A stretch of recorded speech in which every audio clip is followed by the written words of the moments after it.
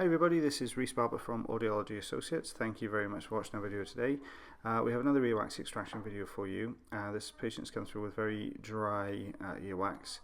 So I've opted to use the Jobson Horne rather than the Zollner suction tube to remove this because it's going to be a little bit easier to get through this thicker debris and to remove this out. So what you can see is we're just pushing into the wax just so we can we're aiming to try and get behind the wax. You can see where it's pulling the dry skin down here, which is holding all this in. So we're aiming to get behind it so that we can bring it very gently forwards. So you can see lots of even and steady pressure to pull this out. There we are. So you can see it's just come out. There's one big lump.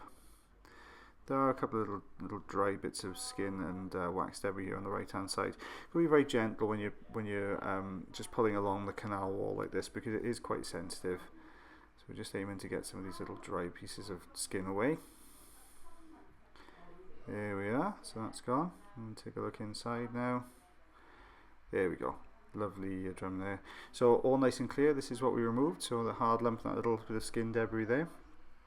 As always guys, if you like the video then please comment, like, share, and as always take care.